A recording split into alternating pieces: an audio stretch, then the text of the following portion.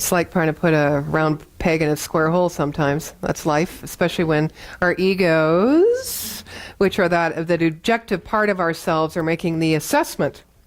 Because they don't always take everything into consideration. So, Alan, thank you very much for stepping up. That's showbiz, right? Yes. Take the opportunities when they come. I really appreciate that. So, ego, the common acronym, edging God out. I hear it all the time, and I became frustrated with it some while back, and I started to look for different acronyms. And so today's title is called Easing God on Board. And I use that because I really feel, Alice, she has a lot to say about this, and that's quite okay. Alice is our youngest member. Hi, sweetheart.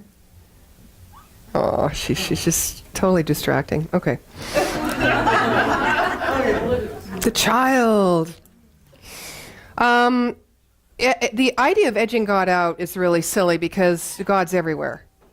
Really. And so what I believe about that, and what I came to terms with, was it's the part of me, of course, the part of you, that we judge, that creates this deep feeling of shame, blame, guilt, all these things, unworthiness, smallness, a limited idea of who we are. And I thought, well, what if we altered our perception about this word ego and used it as a springboard to know the greater truth within us that is happening even when we are saying or speaking or doing something that we perceive or judge is not spiritual. Because every time we have that thought, we truly stand beside ourselves, and we're not getting out of our own way, we're getting away from God. We're removing ourselves by virtue of the thought. I have another acronym for ego, which I want to share with you at the very end. So if I don't give it to you, and I get carried away, please remind me that I have that for you. I thought of it on the way here in the car, which is where most of my talks are written. So I want to begin with a quote by E.B. White. And for those of you who know Dr. Arlene Bump, this is on her email, when she sends emails out. I arise in the morning torn between a desire to improve or save the world and a desire to enjoy or savor the world.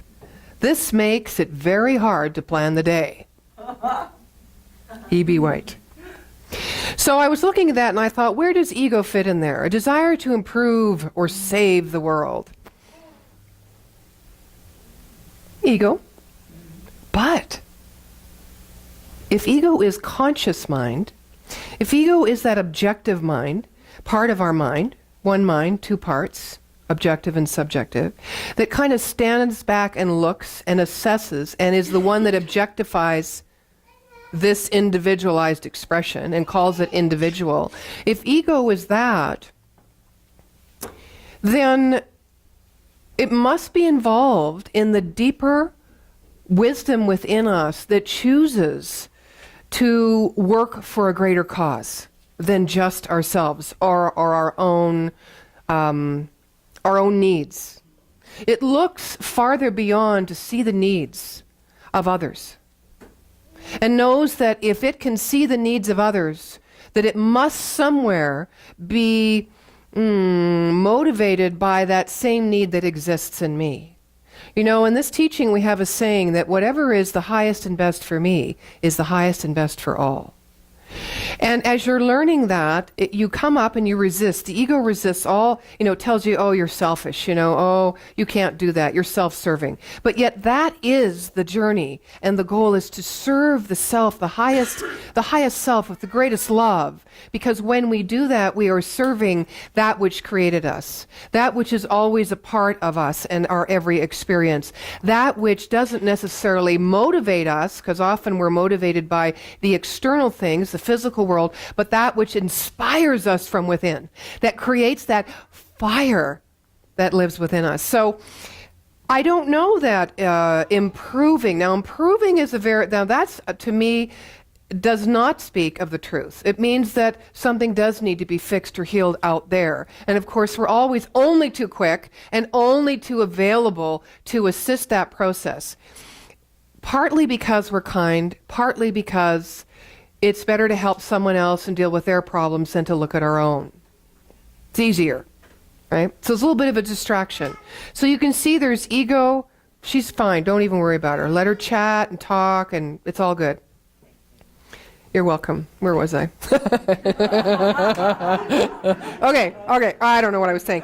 Okay, but when I used to be Louis the Clown years ago, it was a wonderful way to take all those places within myself that I did not like and animate them. So animating them means to shift perspective. Because when you animate something, you have a different experience of it, and therefore your perspective shifts. What had to shift before I became a clown? The perspective that I had to hang on to who I thought I was. That's what had to shift. And when I was able to jump in, like Alan was able to jump in spontaneously and just show up, I started loosening my grasp on these ideas that I had about myself. And then I thought, well, if I can loosen my grasp on these ideas, then I can loosen my grasp on all ideas. Ooh, what a concept.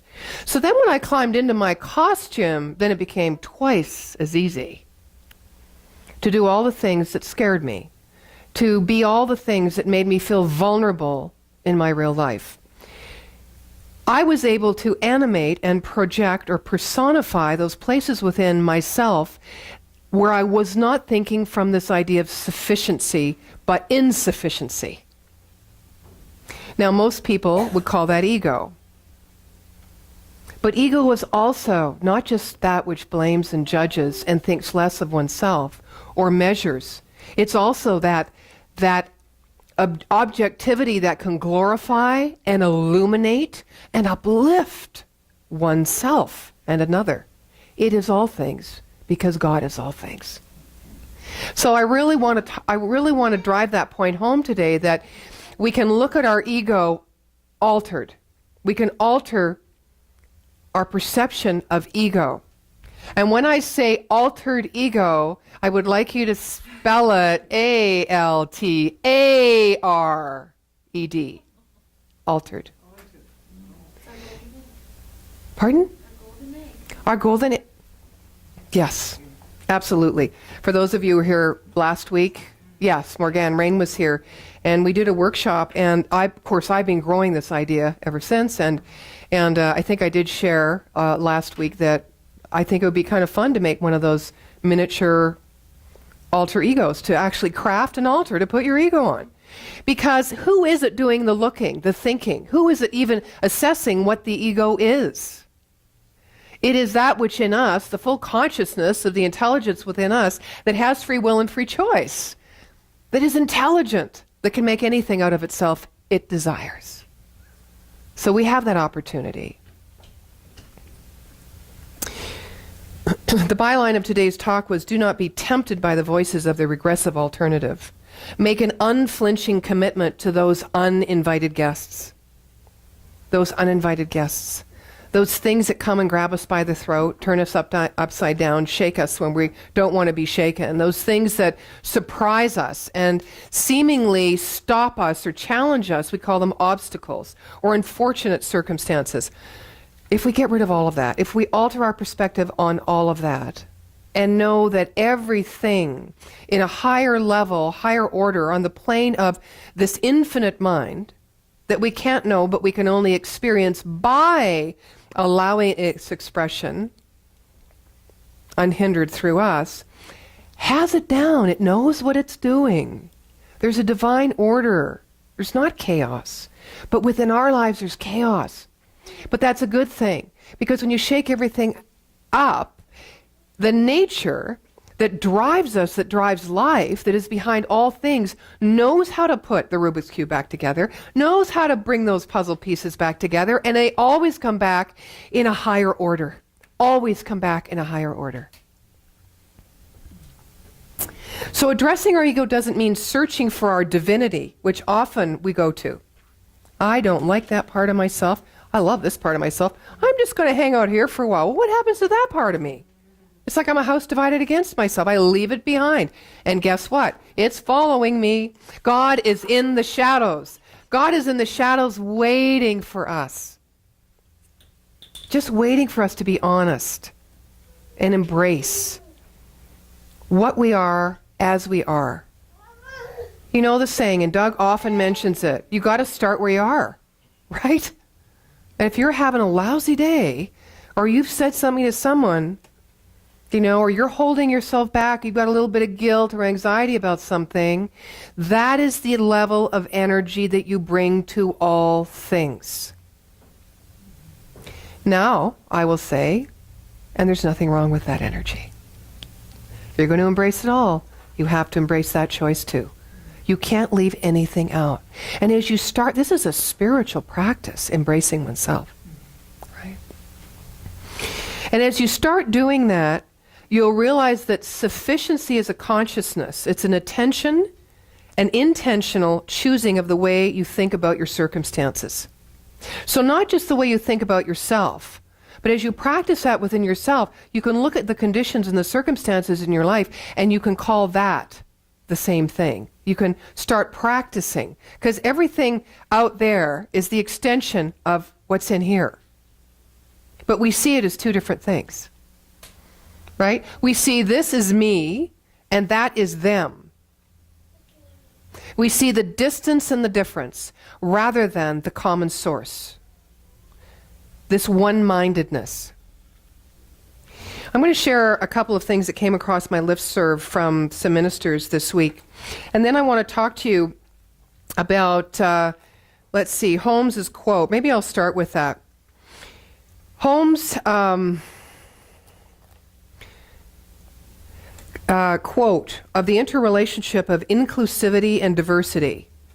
Okay, so that, think of this as I'm speaking this, my divine self, my spiritual self, and my ego human self. Okay? Inclusivity, where I accept all that I am and I'm one with all that is and God is everywhere present. And the diversity, which is I'm definitely a loser, I can never make the mark, I'm never enough. Right? Everything is insufficient, there's never enough. So we'll look at those two things. So he talks about the statement of interrelationship of inclusivity and diversity as one-mindedness in the many individual and group mentalities. Also in the Science of Mind text, they talk about multiplicity coming from unity, right? Everything that is individual, every particle comes from that one, that cosmic movement, or that one intelligence. And so this is what he says. Everything in the universe exists for the harmonious good of every other part. So every circumstance, every situation in our life, every way we think about ourselves, every way we happen to act, everything about us exists for the harmonious good of every other part.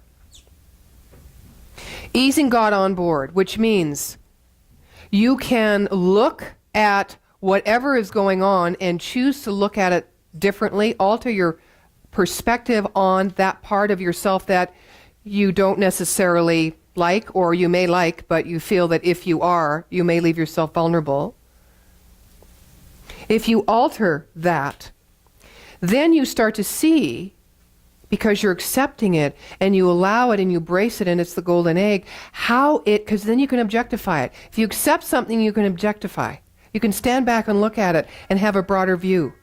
If you do not accept it, and you suppress it, or you try to deny it or put it over here, you're totally subject to it, and it has power over you. So the idea is to always put ourselves in a position of witnessing. Who is this thinker behind the thought? We are that thinker behind the thought. The second thing he says is the universe is forever uniting what is harmonious and diminishing what is not.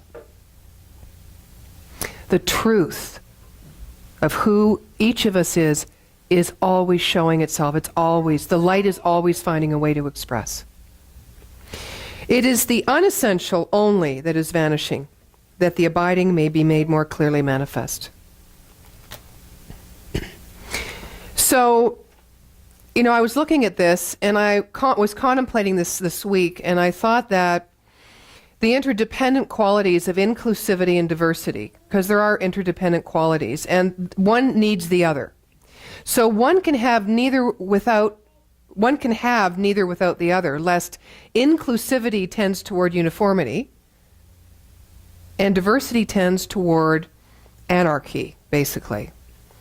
And it's occurred to me that because one-mindedness is the ground from which the many mentalities emerge, the well-being and effective functionality of the many mentalities is essential to one-minded right action.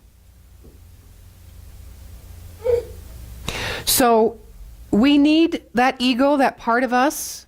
That part is that of our personality or of individuality that we're not crazy about, is just because we haven't breathed it into life yet and seen what truly is in it. We haven't been able to stand back and witness it.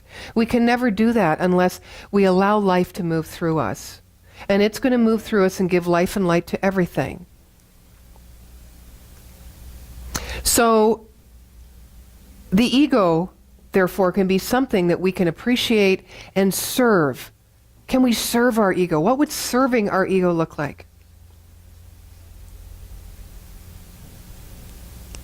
Doug, it looks like you're brimming over with something to say. What would serving our ego look like?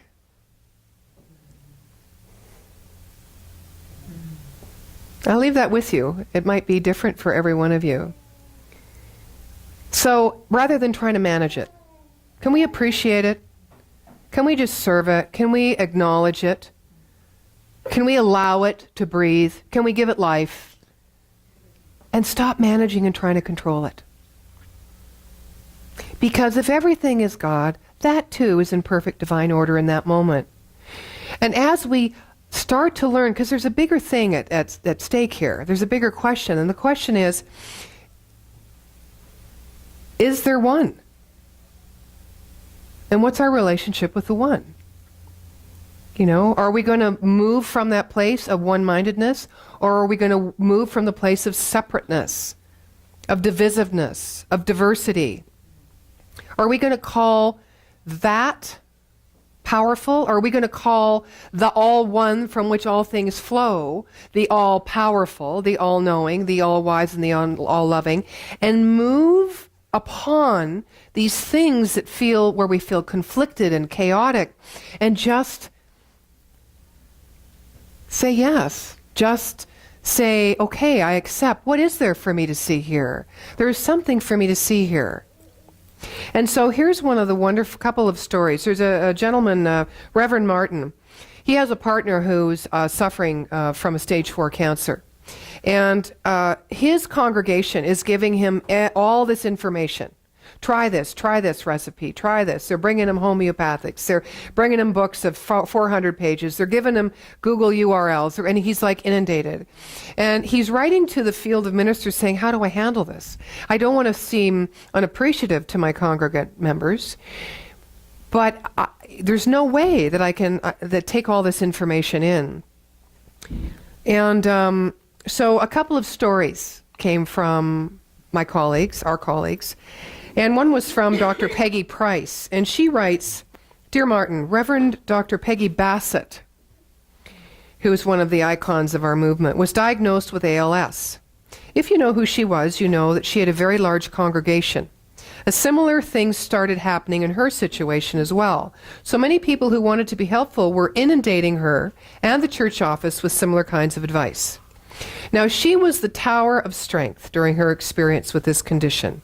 She wrote a beautiful article called Grist for the Mill, which was later published in the Science of Mind magazine. Here's the key. She asked people to pray for her understanding. Not for the cure, for her understanding. For the realization of the meaning of her condition rather than the cure. Now, in the Science of Mind text, they say healing and cure are two different things. And as practitioners, we are trained to heal our own mind of any separation, of any belief outside the truth, the qualities of life, wholeness, perfection. Right? There's nothing to be healed or fixed. So the woman asked for understanding. And she graciously would thank people from the pulpit every Sunday for their many offers of help. But she stood firm in her process. What would it be like to stand firm in your own process?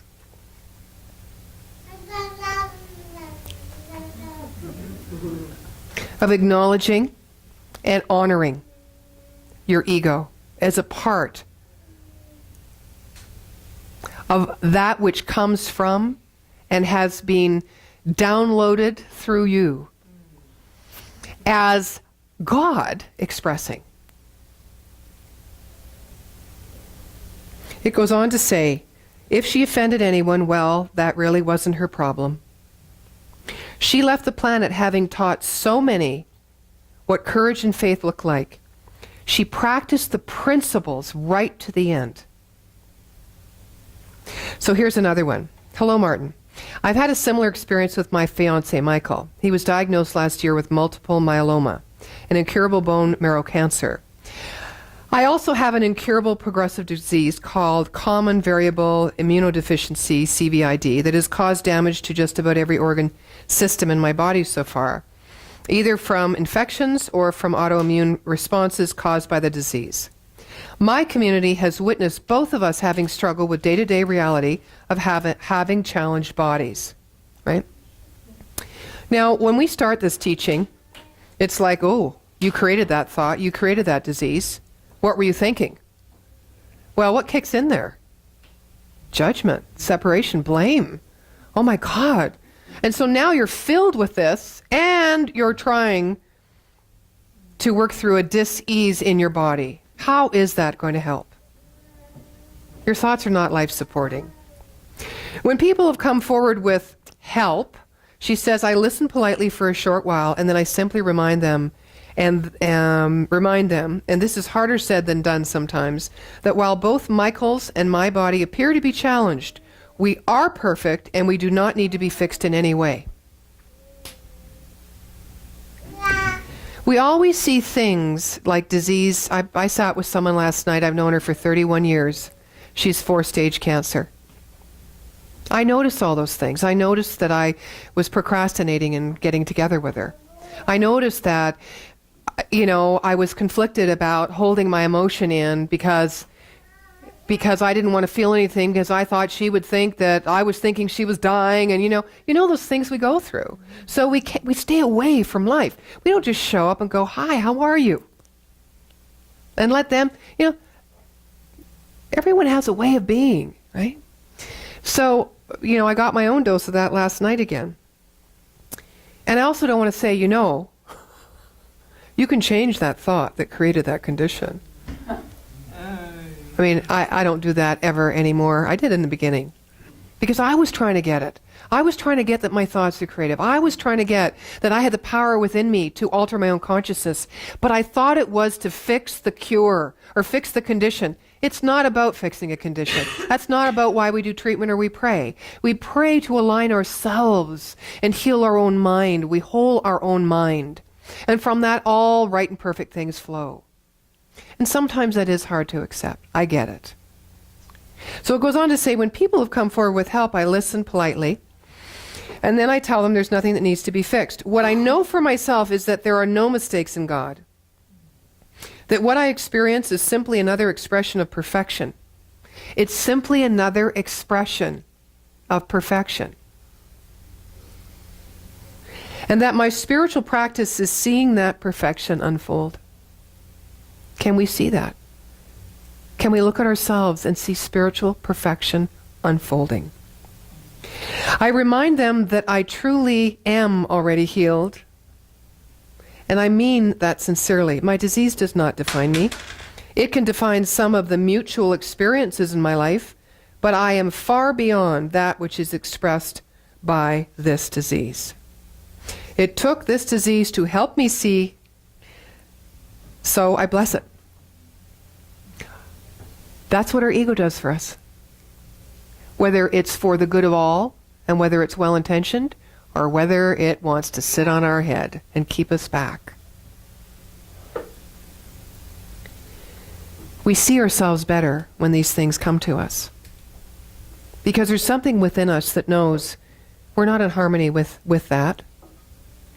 And we move into the place of the witness. And we get a greater perspective. She says, with Michael, it's a bit more difficult. People already have, in general, fear about cancer. So I remind them that God is present in all things and that we look forward to see how God is being revealed in the treatment options that are available for Michael. I ask them simply to see him as whole and know once again that he does not need to be fixed. Most of all, I ask them to take their cues from Michael and that if he is interested in learning about alternative treatments, he will ask them. Otherwise, I ask them to allow him the dignity of his own reality unfolding in complete perfection. Can we allow ourselves the dignity of allowing God and the perfection of God, of life, unfolding as it is through us? Can we allow ourselves that? And she concludes by saying, what I had to learn was how to express this to my beloved community without pushing against their help. It is more of an aikido kind of thing. I do not resist, but I do not accept. I do not resist, but I do not accept. The bottom line for me, the more I come to peace with our situation, the more the people at my church also come to peace with it. The more I know that we do not need to be fixed, and trust me, it took a while, the more they know it too. Isn't that a good summation?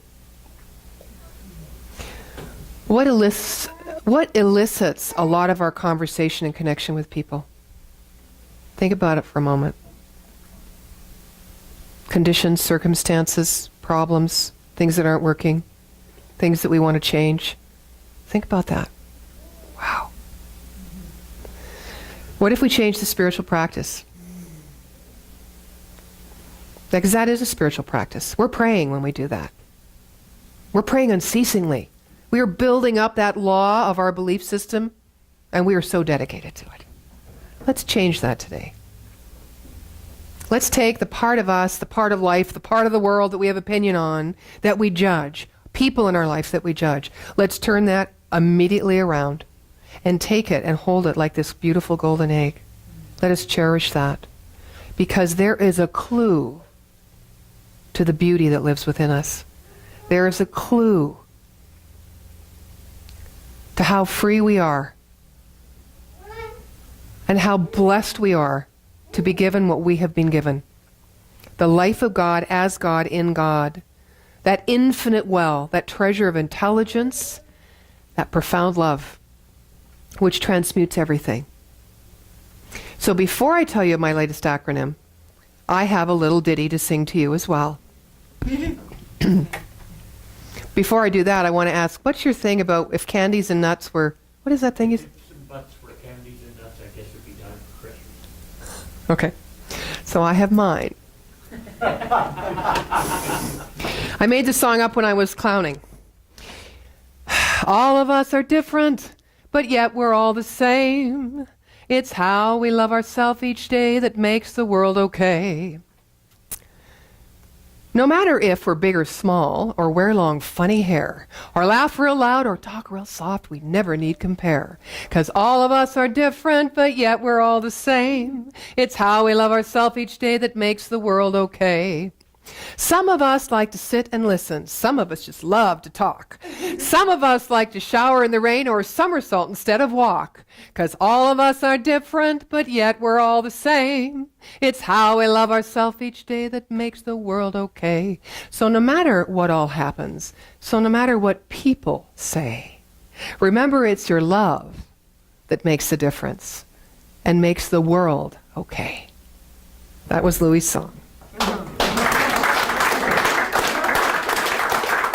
Thank you. And so, in conclusion, the last acronym I have, EGO. Enthusiasm, go! And so it is.